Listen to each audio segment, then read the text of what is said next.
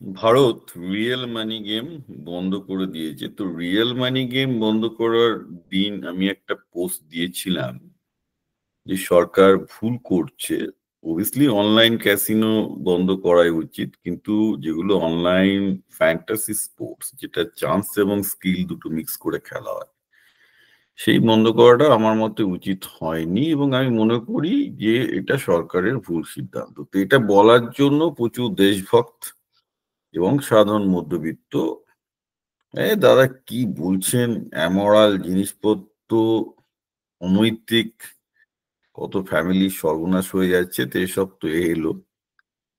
তো এই নিয়ে আমি আসলে দুদিন একটু বিজি ছিলাম বলে লেখালেখি কিছু করিনি। তো হঠাৎ আমার মনে হলো যে আরে এটা তো একটা ভালো জিনিস। ভালো জিনিস ইন দ্য সেন্স, নট আমি বলছি যে জুয়াটা ভালো জিনিস, আমি বলছি যে এটা আমাকে একটা অপরচুনিটি দিল যে সত্যি মানুষের তিনটে প্রবৃত্তি, যে তিনটে প্রবৃত্তিকে এই সভ্যতার কোনো আইন কোনোদিন বন্ধ করতে পারেনি,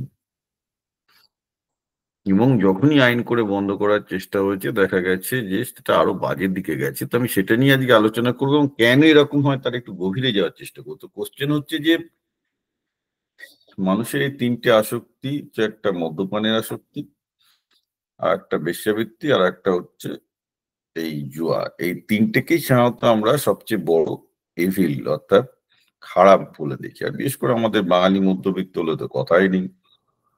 আমরা এগুলোকে সবাই একটা গান্ধিয়ান মোড়কে এগুলোকে, মদ্যপানকে খারাপ চোখে দেখা হয়, বেশ্যাবৃত্তিকে খারাপ চোখে দেখা হয়, জুয়াটাকেও খারাপ চোখে দেখা হয়।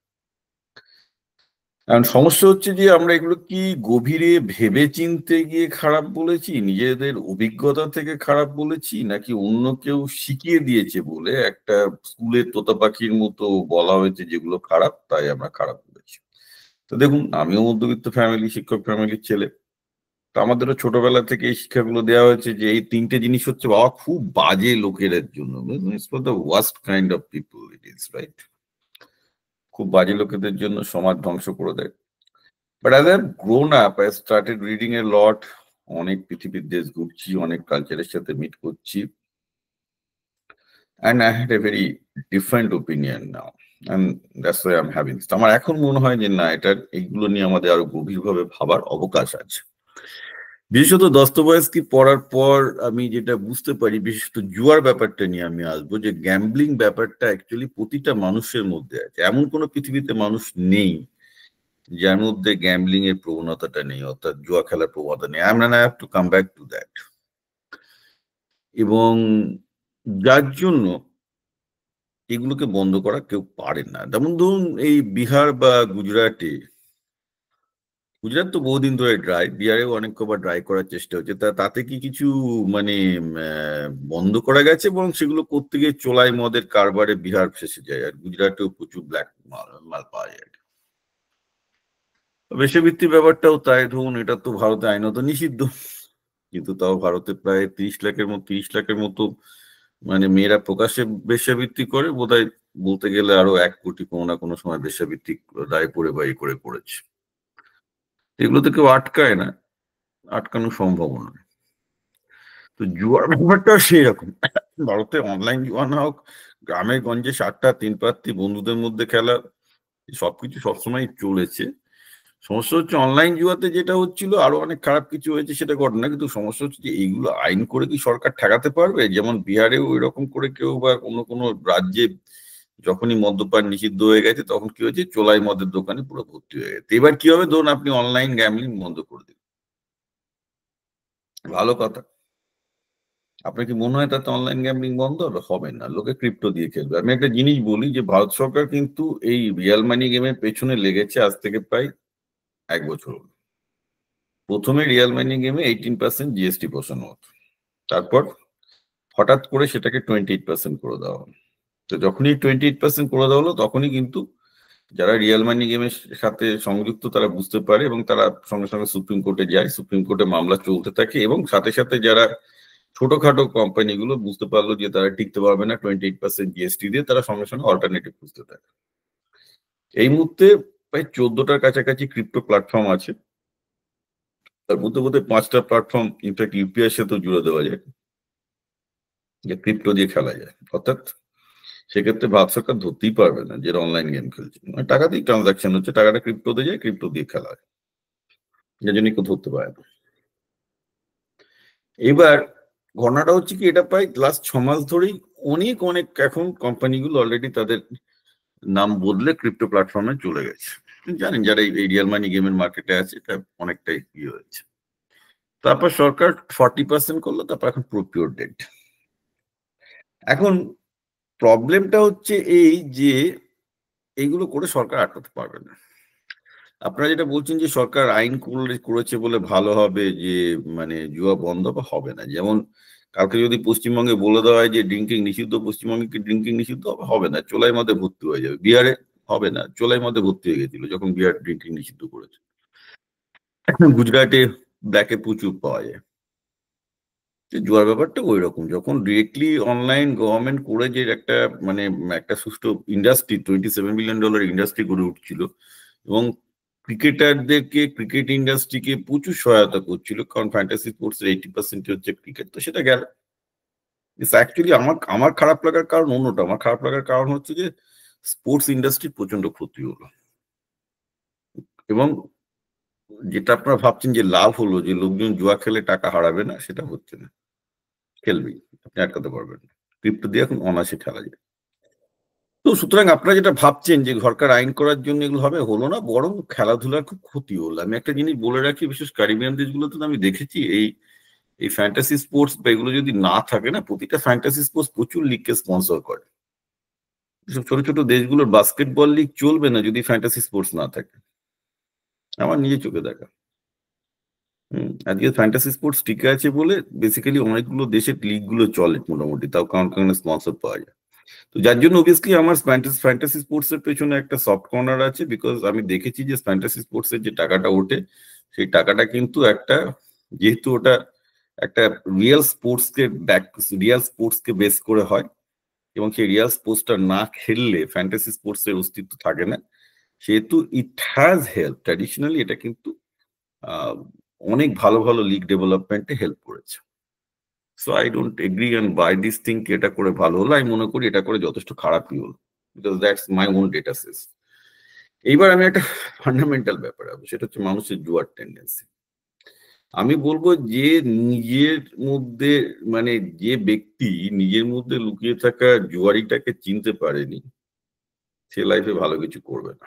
In fact if you have to succeed in life, you have to understand the gambler inside you. আপনার মধ্যে যে গ্যাম্বলারটাকে লুকিয়ে আছে সেটাকে বার করতে হবে। এখন দেখুন, সেদিনকে দেখলাম একজন লিখেছে যে দাদা মশাই, আপনি বিচটাকে কেন আপনি স্কিল স্পোর্টস বলছেন, তাই বিচটাকে কি বলবো, গেম অফ চান্স। কিছুটা গেম অফ চান্স আর স্কিল মিলিয়েই তো হয়। একটা বিজনেস কি বা একটা শেয়ার মার্কেট কি? শেয়ার মার্কেটে একটা যেমন স্কিল আছে, তার সাথে একটা চান্স ফ্যাক্টর বেশি আছে। আপনি যদি যান, অধিকাংশ কোম্পানি যেগুলো ফুলে ফেপে আছে, তাদের যে পি রেশিও আপনি কোনো সায়েন্স দিয়ে আপনি এক্সপ্লেন করতে পারবেন না। লোকে একটু গ্যামলিং করছে। ম্যাক্সিমাম যত ভালো স্টক আছে সব স্টকই গ্যামলিং এর মতো। লোকে একটা ভাবছে যে পি রেশিও একদিন অ্যাটেন্ড করবে, গ্যামলিং। এবং শেয়ার মার্কেটেও কিন্তু 95% খুচরো রিটেলার কিন্তু কখনো টাকা বানায় না, 95%। এটা আপনাদের সেবি রিপোর্ট। তাহলে তো যে যে মানে লজিকে এই রিয়াল মানি গেম বন্ধ করে দেওয়া হচ্ছে, সেই লজিকে তো শেয়ার মার্কেটও বন্ধ করে দেওয়া উচিত। শেয়ার মার্কেটে 95% লোক টাকা হারায়, আর শেয়ার মার্কেটেও game of chance plus game of skill দুটোই আছে, রাইট? কিন্তু সেটা হবে না, কারণ শেয়ার মার্কেটের থ্রু দিয়ে আমরা কি বলি যে কোম্পানিগুলো ক্যাপিটাল তোলে। এটা খুব ইম্পর্টেন্ট, কারণ কোম্পানির ক্যাপিটাল দরকার, ব্যবসা চালাতে গেলে ক্যাপিটাল দরকার, সেই জন্য এটা টিকে থাকা উচিত। আমি কিন্তু একই কথা বলছি যে ফ্যান্টাসি স্পোর্টস গুলো চালানো উচিত, কারণ ফ্যান্টাসি স্পোর্টস গুলোর জন্য অনেকগুলো লিগ চালানো সম্ভব। ইনফ্যাক্ট ইন্ডিয়াতে যদি ফ্যান্টাসি স্পোর্টস ঠিকঠাক ভাবে চালাতে দেয়, তাহলে কিন্তু সেই ফ্যান্টাসি স্পোর্টস আস্তে আস্তে ক্রিকেট রুল, আমি এটা নিজে ক্যারিবিয়ানে মানে সচক্ষে দেখেছি কি হচ্ছে। ইন্ডিয়াতেও দেখতে পাচ্ছি যে ফ্যান্টাসি স্পোর্টস এখন ভারতীয় ক্রিকেটের সমস্ত মানে যেমন ড্রিম ইলেভেন এখন থেকে শুরু করে, যেমন আইপিএল এর স্পন্সর কার, আইপিএল এর স্পন্সর ড্রিম ইলেভেন বা ইন্ডিয়ান ক্রিকেটের স্পন্সর বা রঞ্জি ট্রফির স্পন্সর, সবই তো বিভিন্ন টাইপের ইয়েগুলো, ফ্যান্টাসি স্পোর্টস গুলো। তো ক্রিকেট কেন, ফুটবল টুটবলও মানে যদি ইন্ডিয়াতে হচ্ছিল, ফুটবল বাস্কেটবল ভলিবল সবে শুরু হয়েছিল মানে ফ্যান্টাসি স্পোর্টস গুলোতে, এই লিগ গুলোকে বেস করে। তো এরকম অনেক অনেক মাইনর লিগ গুলো অ্যাকচুয়ালি যেগুলোর জন্য কোনোদিন কোনো কেউ টাকা আনতে পারে না, সেগুলো কিন্তু ফ্যান্টাসি স্পোর্টস চালাতো। তো আপনি যেমন বলবেন যে শেয়ার মার্কেট জরুরি, কারণ শেয়ার মার্কেটের থ্রু দিয়ে বিভিন্ন কোম্পানি ক্যাপিটাল তোলে, আর ক্যাপিটাল না তুললে কোম্পানি ব্যবসা চালাতে পারবে না, দেশের উন্নতি হবে না। কারণ আমি মনে করি দেশের স্পোর্টস এর উন্নতির জন্য যে বিভিন্ন মাইনর লিগ, ছোট লিগ বা সেকেন্ড ডিভিশন, থার্ড ডিভিশনের লিগ, সবগুলো কিন্তু একটা বড় পোটেনশিয়াল ছিল ফ্যান্টাসি স্পোর্টস এর সাথে। এবং ফ্যান্টাসি স্পোর্টস এর সেই বেটিং গুলো থেকে যেগুলো হতো, সেগুলো থেকে কিন্তু লিগ গুলো চলতো। এগুলো ক্যারিবিয়ানে হয় এবং আমার নিয়ে চোখে দেখা দেখা কারণ তাদের টাকা পয়সা নেই, তারা ওইভাবে ফ্যান্টাসি স্পোর্টস দিয়ে টাকাগুলো তুলছে এবং সেই টাকার একটা বড় অংশই কিন্তু লিগে আসছে, প্লেয়ারদের হাতে আসছে। নাহলে তো প্লেয়ারই তৈরি হবে না। তো তো খেলাধুলার উন্নতি তো আপনি ঠিক আছে, দেশের কোম্পানি অর্থনীতি উন্নতি ডেফিনেটলি দরকার, সেই জন্য শেয়ার মার্কেটের শেয়ার মার্কেটটা জুয়া ছাড়া কিছুই নয়। মানে জুয়া প্লাস স্কিল, মানে ওইটুকু আর কি। স্কিল গেমের কথা বলতে গেলে it's not different than game of bridge. স্কিলও লাগছে, চান্সও লাগছে। তো সেটাকে আপনি অ্যালাউ করছেন কারণ কি? কারণ কোম্পানি ক্যাপিটাল দরকার, ক্যাপিটাল তুলতে হবে ইকোনমির জন্য। তো আমার বক্তব্য হচ্ছে স্পোর্টস এর উন্নতির জন্য ফ্যান্টাসি স্পোর্টস ভীষণভাবে দরকার ছিল। Very wrong. অ্যাকচুয়ালি এটা ভারতের বেসিক্যালি বিভিন্ন জুনিয়র লিগ থেকে শুরু করে অনেকগুলো লিগকে পিছিয়ে দেবে। স্পোর্টস এর দিক থেকে বড় ক্ষতি হয়ে গেল। কারণ সরকার পুরো ব্যাপারটার গভীরে যায়নি। আমি আবার বলবো, সরকার পুরো ব্যাপারটার গভীরে যায়নি, যার জন্য অনলাইন ক্যাসিনোর আমি বরাবর বিরোধী। কারণ অনলাইন ক্যাসিনো গেমের যেগুলো হয় সেগুলো কোনো অ্যাকচুয়াল রিয়েল স্পোর্টসকে সাপোর্ট করে না, ওগুলো পুরোপুরি জুয়াবাজি এবং ওতে কোনো দেশের লাভ হয় না। আই এগ্রি যে তুমি অনলাইন যত ক্যাসিনো গেম আছে সেগুলো বন্ধ করে দাও, কিন্তু fantasy sports, fantasy cricket, fantasy soccer, fantasy basketball, fantasy pickleball, এগুলো ডিফারেন্ট জিনিস। এগুলো কিন্তু অ্যাকচুয়ালি দরকার ছিল।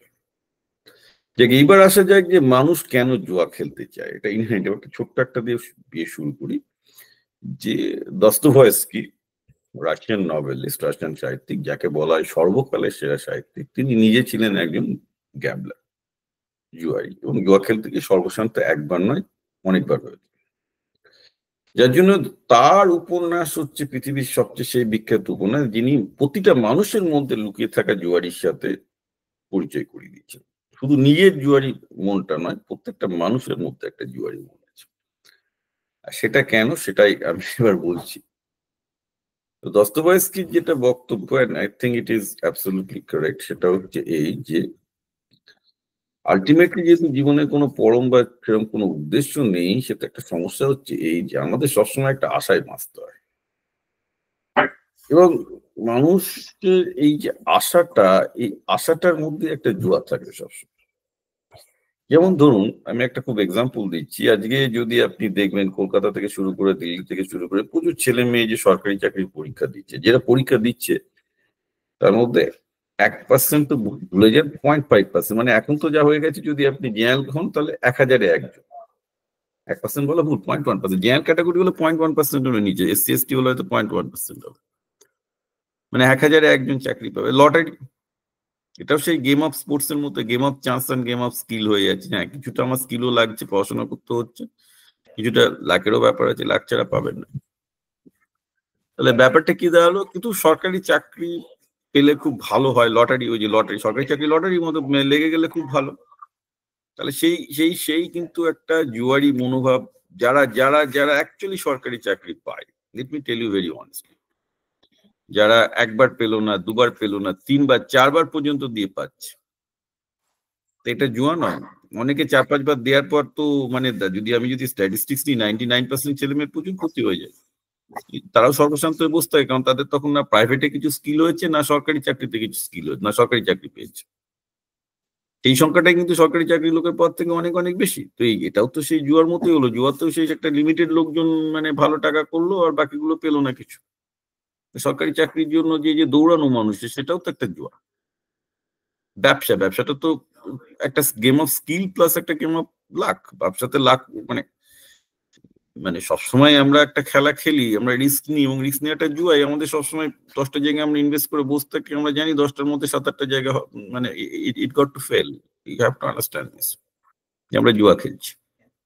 কিন্তু ওটার জন্যই লোক আবার ব্যবসা পছন্দ করে। আমি যেটা খানদানি ব্যবসায়ী, তাদের কিন্তু ওটাই একটা নেশা, যে আমি এই জায়গায় টাকা লাগাবো, ইনভেস্ট করবো, ওই জায়গায় ইনভেস্ট করবো, এই জায়গায় ইনভেস্ট করবো, এখান থেকে টাকা উড়ে যাবে, ওখান থেকে টাকা, একটা জায়গায় টাকা লাগবে, সেখানে আমার 4টে জায়গায় 10টা জায়গায় যে বেসিক্যালি ডাউনটা হয়েছে সেগুলো একদম মিটিয়ে দিয়ে তার থেকে অনেক বেশি টাকা দেয়। যারা ব্যবসা করেন তারা জানেন যে ওইরকম লিনিয়ার পথে ব্যবসাটা হয় না। কোচিন কোচিন হঠাৎ করে একটা বড় ডিল চলে এলো, আপনার কোনো এক্সপেকটেশনই ছিল না। আবার একটা ভালো ডিল আপনি এক্সপেক্ট করছেন হবে, আপনি টাকা বানাবেন, সেইভাবে কেউ কোনোদিন জীবনে টাকা বানাতে পারে না। It's a gambling, purely gambling at some scale, পুরোটাই। সুতরাং আপনি কি বলবেন আজকে তাহলে যত আদানি আম্বানি যা হয়েছে সবই তো গ্যাম্বলার, আমি ইন সাম সেন্স, কারণ ব্যবসা বড় হতে গেলে গ্যাম্বলার ছাড়া সে কিছু নয়। এখন ব্যাপারটা হচ্ছে যে এইগুলো আমার মনে হয় খুব বুঝতে হবে যে কেন প্রস্টিটিউশন বা গ্যাম্বলিং বা ড্রিঙ্কিং, এই 3টে জিনিসই মানব সভ্যতার ইন্টিগ্রাল পার্ট। এগুলোকে কেউ কখনো বাদ দিয়ে মানব সভ্যতা তৈরি হয়নি। সেই জন্য আইনত বন্ধ করলেও কোনোদিন বন্ধ করা যায় না, সম্ভব হয় না।